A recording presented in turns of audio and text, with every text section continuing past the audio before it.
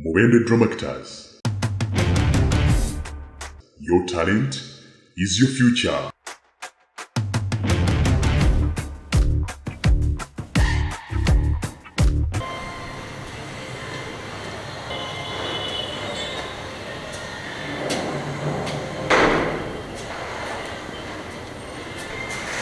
Yes, Dr. Tom. Oh, good morning. Good morning, sir. How are you? I'm okay. Yes. How are you? Yes.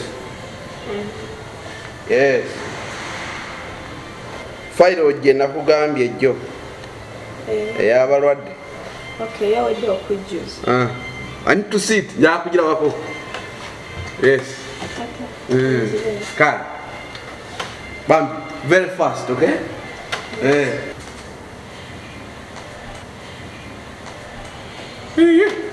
Musawo. Yes. So come Musawo. Yes. Otambula otya? Damu otambule. No, come on. No. Jangu. Is it? Otambula otya?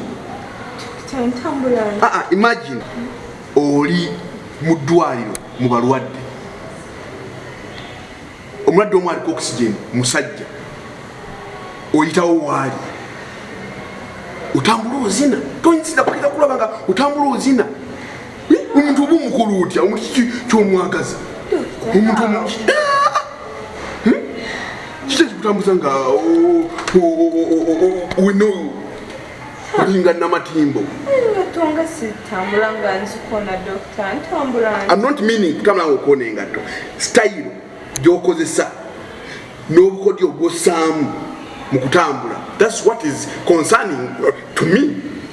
Kubanga I'm just imagining oli mu ward abalwadde bali mu kutunuulira. Sina bukodyo bwenteeka mu kutambula. Oleeta blood pressure mu bantu. No, ye ntambula yange. Otya gwosalaba musawo Lydia atambulanga gwe. Mulira nti ate musawo Lydia.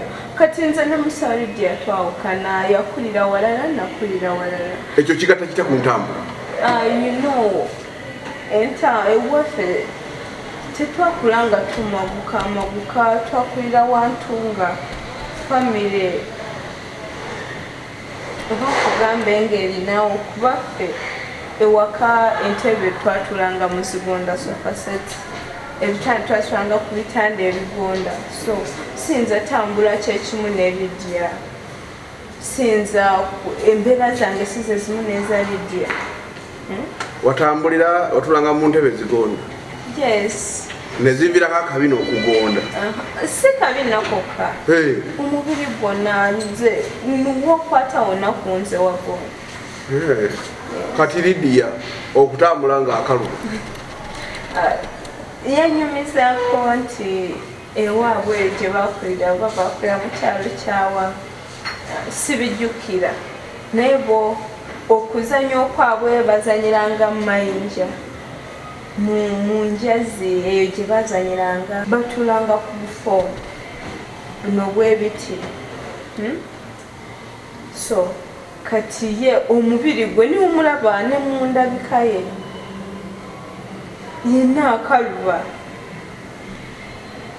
kati olw'okuba nti nakulira mu kifo ekyenjawulo okuye teguyinza kuba musango. Yes. Kale ddamu ntambuliremu ate nna abaana batambula singa balina akabina akaddala. What? Mubende Drama Actors. Your talent is your future.